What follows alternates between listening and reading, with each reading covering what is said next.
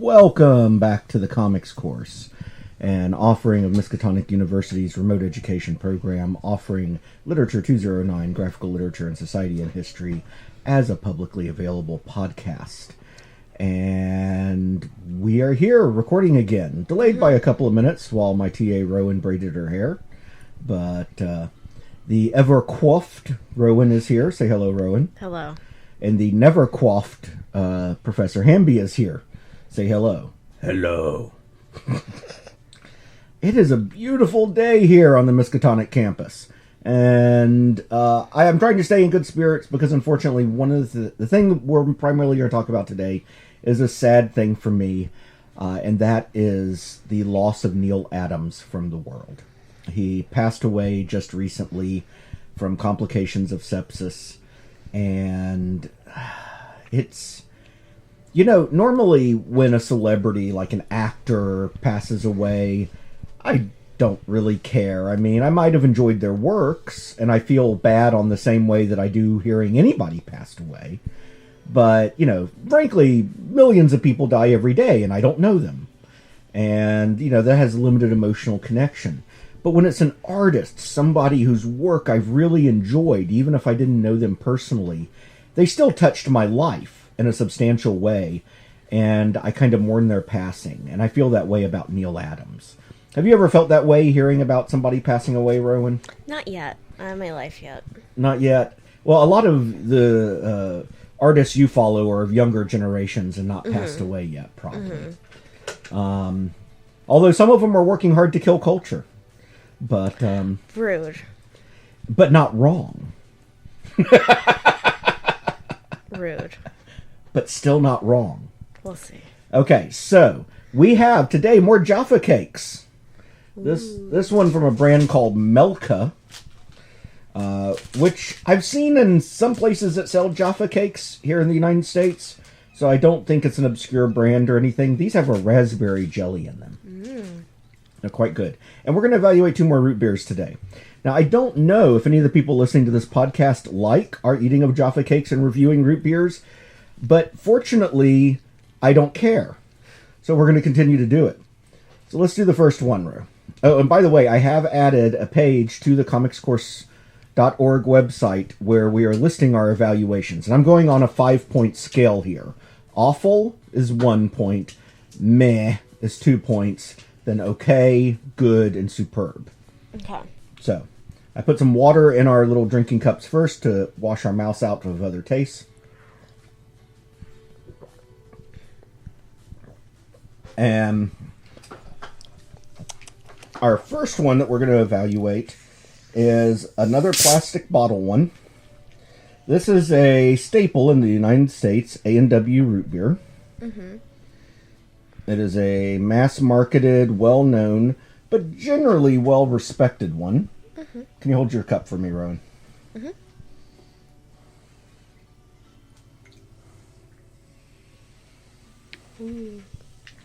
So let's see how it goes.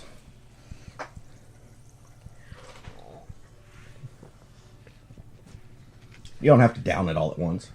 I know, but I'd like to. So what do you think of the A&W? For me, it's always like a solid 7. Solid 7. We're on a 1 to 5 scale. Oh, 1 to 5. Oh, sorry, I missed that. Always a solid 3. Yeah, I think it's a solid 3. It's okay. But it's not anything special. In some ways, A&W kind of creates the standard for the middle of the road, I think.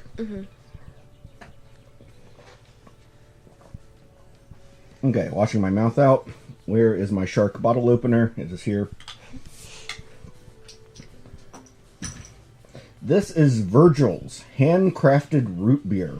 Now, one difference with this is it uses actual cane sugar. Ooh. Drink your water to... You want to wash previous taste out of your mouth.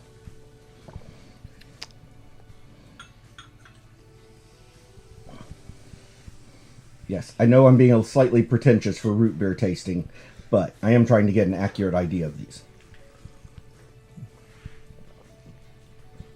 I actually really like that. That is really good. It is above average, so it's above a 3. The question is it a 4 or a 5? That's hard. It's definitely at least a 4. I kind of want to say 5. I really like that. I really like Virgil's too. Yeah, I'm going to put it at 5. It has a strong sassafras flavor. The sweetness is good. And I personally can tell the difference between cane sugar and high fructose corn syrup. Same, and I really prefer cane sugar. Yeah. It has a richness of flavor to it that's better than the high fructose, which is just overpoweringly sweet a lot of the time. Okay, I'm going to agree. I'm going to give the Virgil's a 5. So, Virgil's root beer, if anybody who works for Virgil's is listening, and I will try to tag you in on social media, you should sponsor the podcast, because we just gave you a 5 out of 5. Yeah. Okay, so let's talk about Neal Adams while we drink root beer and eat Jaffa cakes. So, there's so much to say about Neal Adams. And he's talked a lot about as an artist. I don't feel qualified to really talk in depth about his art, although I'm certainly going to talk about it some. And I always feel awkward doing these sorts of classes because I'm not a biographer by inclination. And what I mean by that is, many of my colleagues love talking about the biographies of creators. They'll go in depth about Lord Byron and how that affected his writing, or John Steinbeck, or whoever. And I just generally want to look at the work they produce.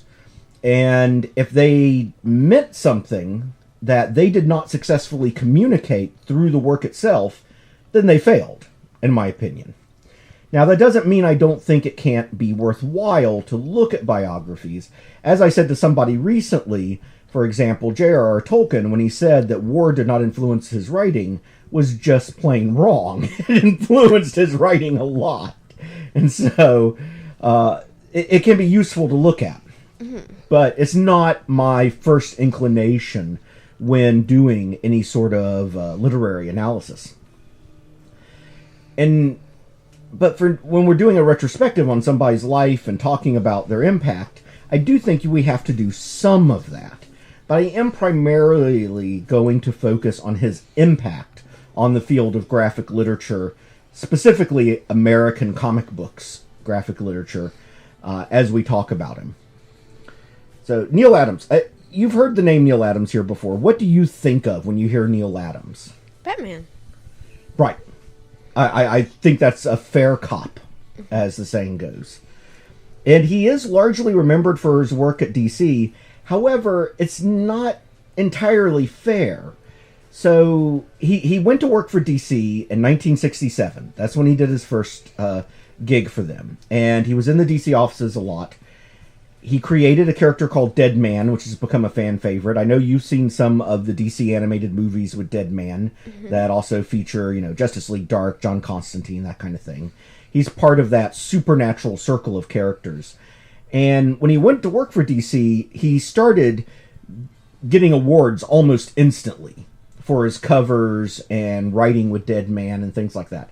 Now, Neal Adams is mostly considered an artist, but he has done writing, and even the titles that he is primarily credited as artist on, there are quite a few that he was largely involved with plotting, especially the ones at Marvel, with their frankly kind of chaotic process. This is something a lot of people don't know, but DC, through most of its history, would get a script first, and then they had people assigned, and that's just what happened. At Marvel, it was much more loosey-goosey, especially in the 60s and 70s. So, we'll talk about that process in a second here. But Neal Adams' entrance into the comic book world was not assured. In fact, his first published work was for Archie Comics after others rejected him. And he wrote Archie Comics for a while, did some superhero comics in the 60s, including a character called The Fly. Now, these have transferred around ownership over the years and been published by different people, as I recall. But The Fly, so... I'm sorry, I think this is a funny story. Neal Adams wrote several pages. They were not impressed by them.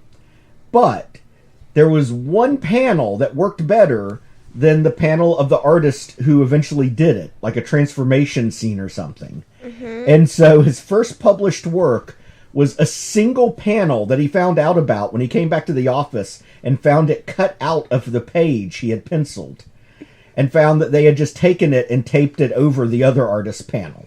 So that was his first comic book published work, was a single panel. Damn, I kind of feel bad for the other artists. I know, right? No respect. But they liked the other artist's work overall. And you got to put out a work, right? And Neal Adams was never a purist. He never worked for a company. He worked everywhere. Archie had a paycheck for him, he'd work for him. DC had a paycheck, Marvel had a paycheck, and on and on and on. And he wasn't exclusive to the comic book world. He did a lot of work in illustration also for advertising companies and things like that.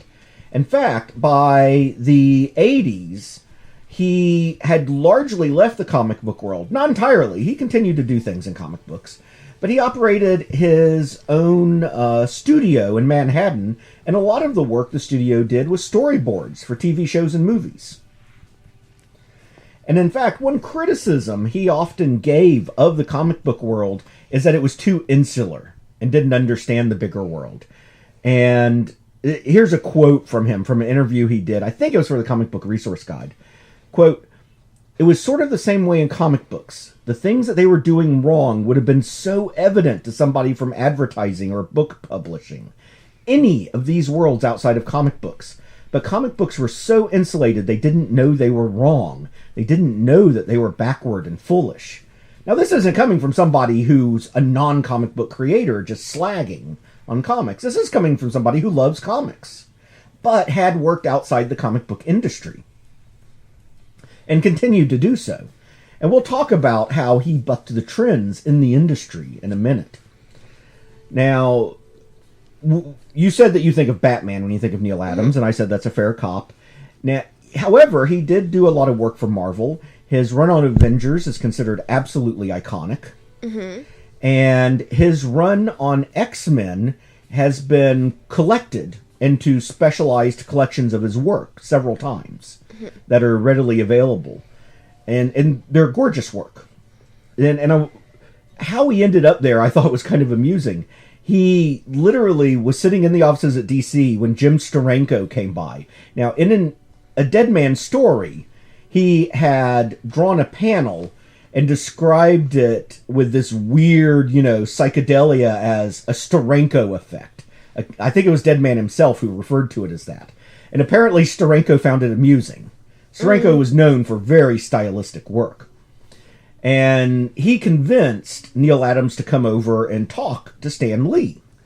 And Stan Lee basically offered him his pick of titles. Now, Stan Lee was known to do this. Stan Lee was he wanted people to feel special.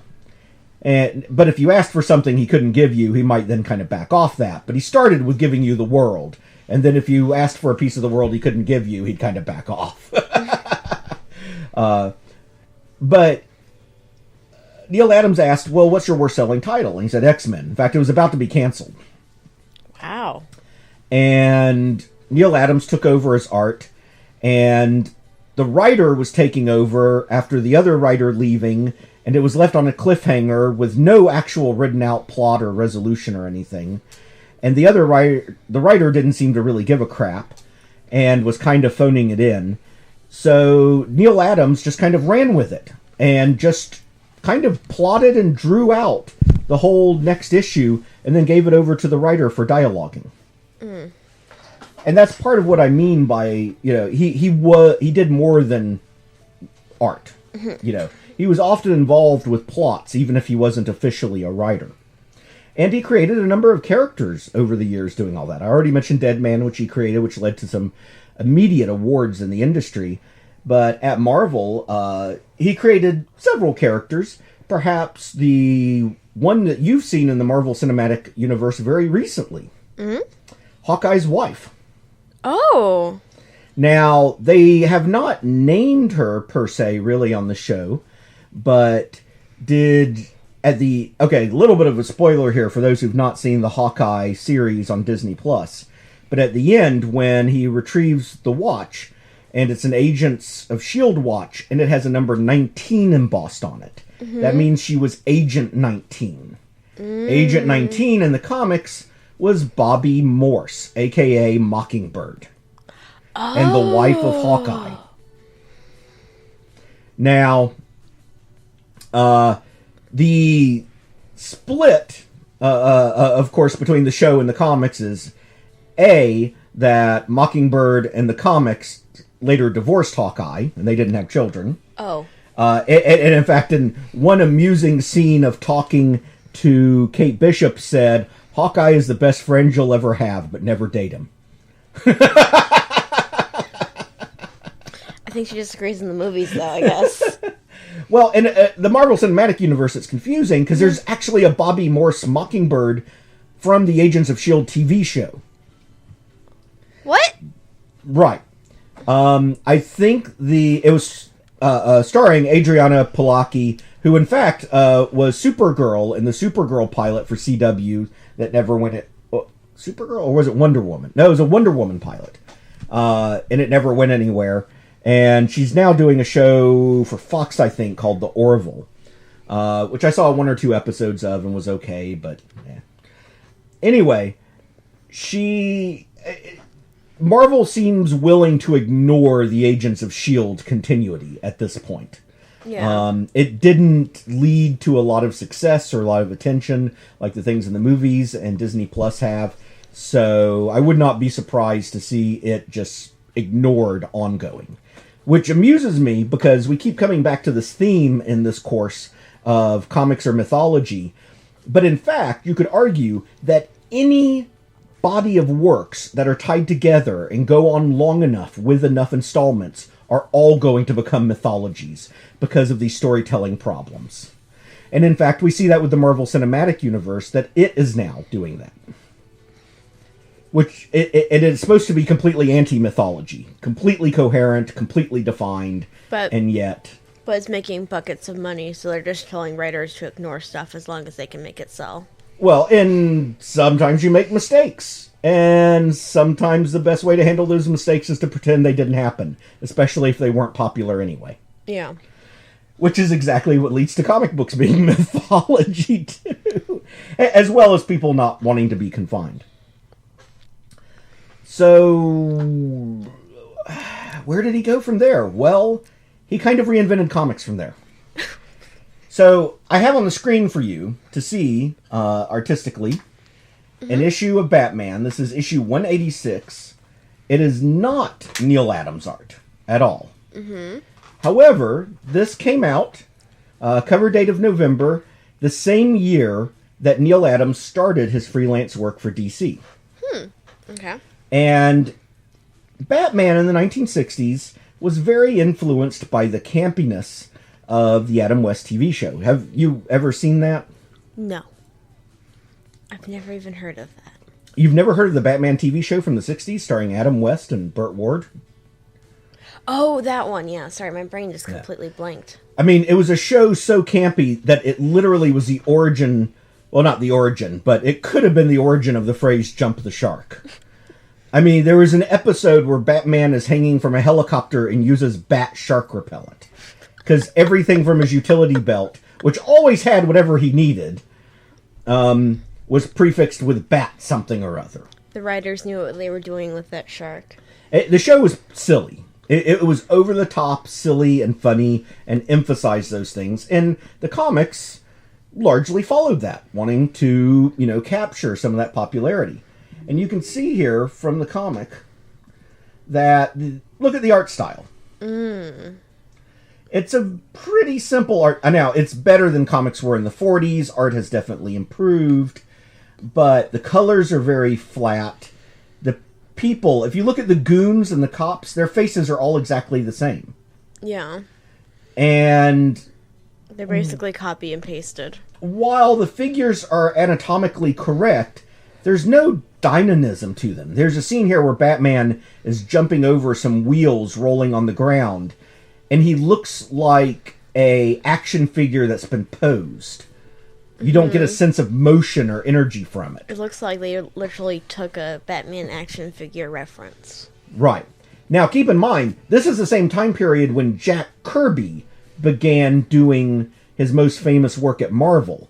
And if you want an example of why Jack Kirby blew people's minds, compare it to this. Now, I'm going to close this out, and I'm going to show you a comic. This was one of the comics I read when I was a young man, boy, child, whatever. When I was a young Homo sapiens. And it is the first comic that made me realize that comics could be literature. And not just entertainment. Which may seem obvious now, but to a young boy in the 70s, it wasn't. This is The Night of the Reaper. Published 4 years later, certainly not Neal Adams' first work on Batman, but still fairly early. It was cover dated December, published 1971, issue 237.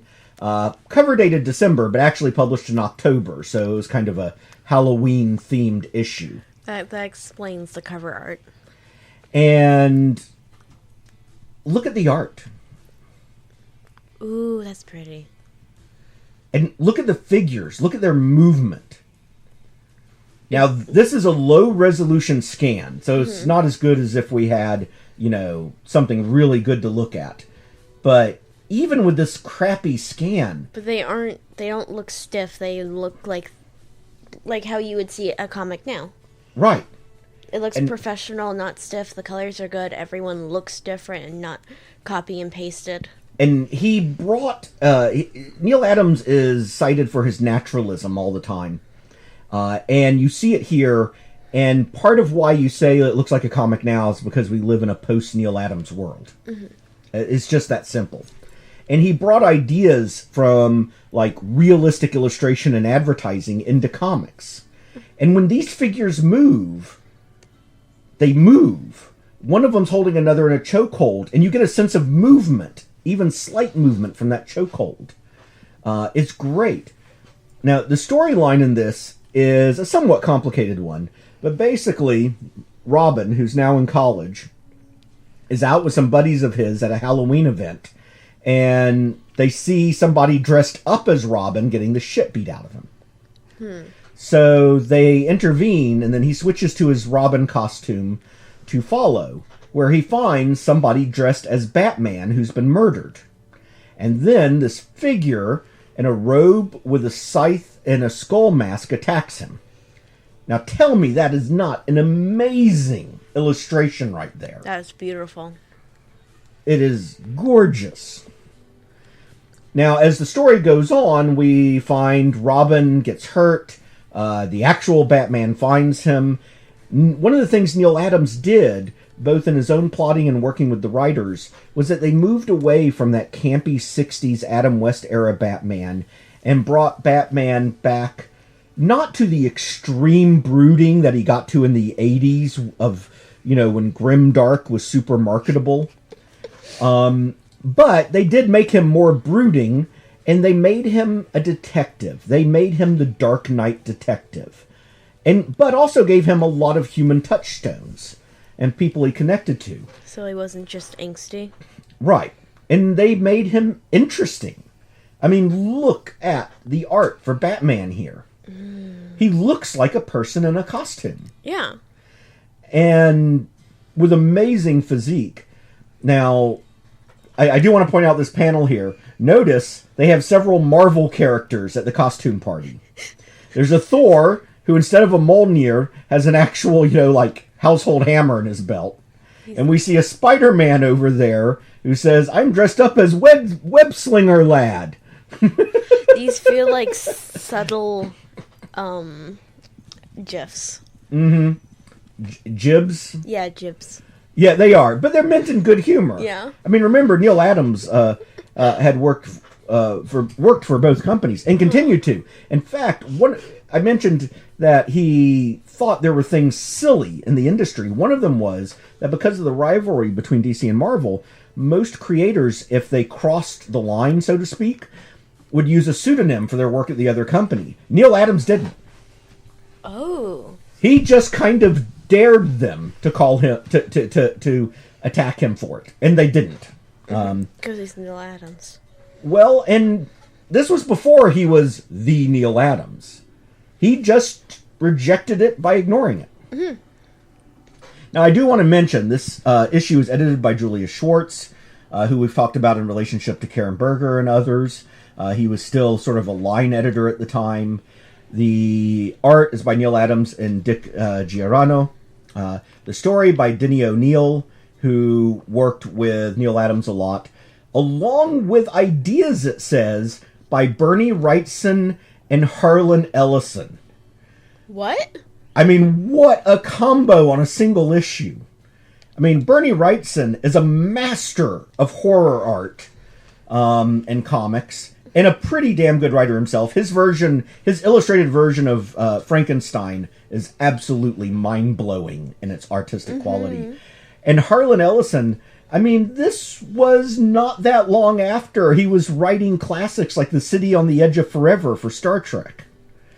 I mean, Harlan Ellison, who's done everything from Star Trek to Scooby-Doo, literally, played himself in multiple episodes of Scooby-Doo Mystery Incorporated. Which, for those who haven't seen it, Mystery Incorporated was a sort of, you at first think it's a reboot, but then turns out to be a prequel of the 1970s Scooby-Doo that was made in the 2000s and is bizarrely enjoyable for both kids and adults. It's a superior Scooby-Doo. It is very good. And it's a rare trick to make something that little kids can enjoy and grown-ups can watch it and not be in pain at the same time, and it managed it. But the character in the with the green neckerchief there and the big hat and glasses is Denny O'Neil, the writer of the issue. Yes. That's great. I know. So then we find the Reaper attacking, and the whole plot line, it turns out, is that the people that were attacked were Nazis who had fled Germany with Jewish gold, and they were dressed up in Batman, and one of them was dressed in a Batman costume, so the Robin was attacked because the Nazis thought he might have been a cohort, dressing up to go along with his friend Batman. And so it's a story about these, criminals and Nazis trying to evade justice with this stolen Jewish gold. And the Reaper is attacking because we find out that he's a Jewish doctor who is actually a friend of Batman's, and earlier in it treats Dick Robin after he's injured, and he's trying to kill them because they're Nazis. And he is a prison camp survivor. Towards the end of it, he flees from Batman and ends up on top of a dam where these kids are coming across, and in his self-righteous rage, he's about to kill one of these college kids when falling off the college kid's neck is this necklace that gets wrapped up in the handle of the scythe and falls, and the pendant falls in the face of the Reaper, and it's a Star of David. He's Jewish. And he was about to kill this Jew while, claiming moral superiority for killing the killer of Jews. And then he steps backwards off the ledge, and it's kept a little vague. Was it an accident because he's disoriented, or does he commit suicide? But he falls down off the dam. And that is the end of the story. No happy feelings from this one, folks. No, but it was literature.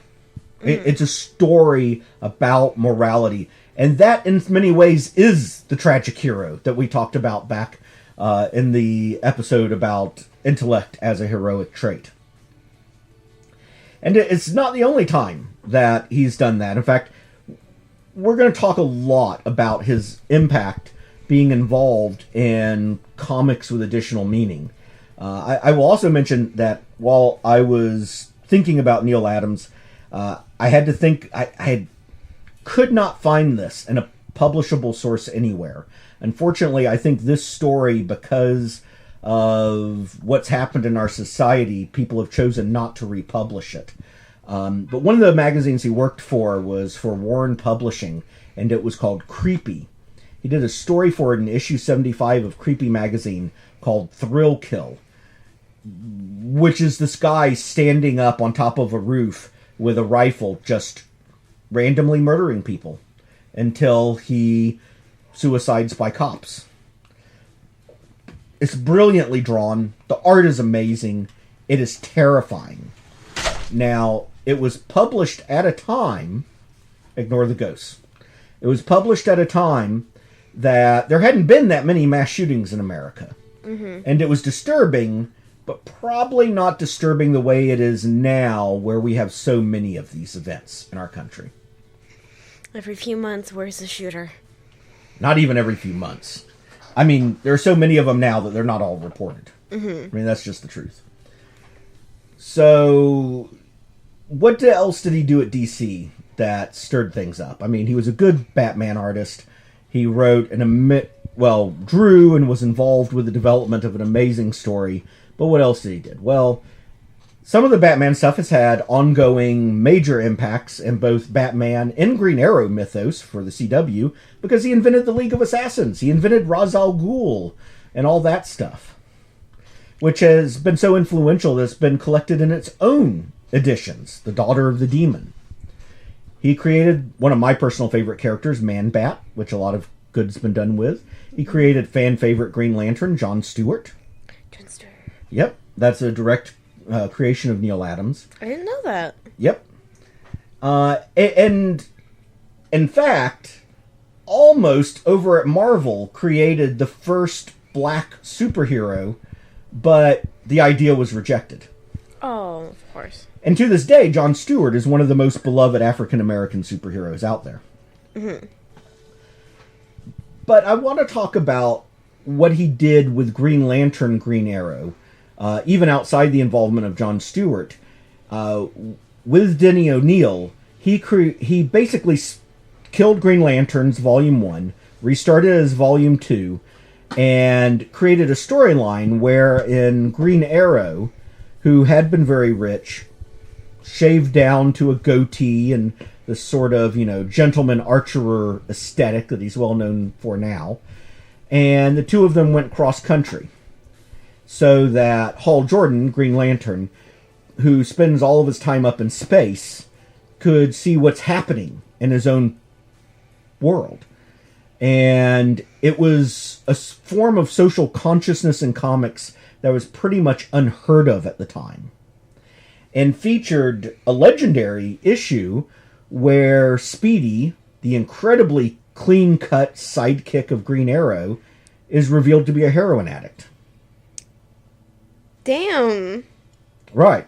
I mean, they went right for the jugular. They weren't pulling punches. It was very socially conscious, and unfortunately it didn't sell well.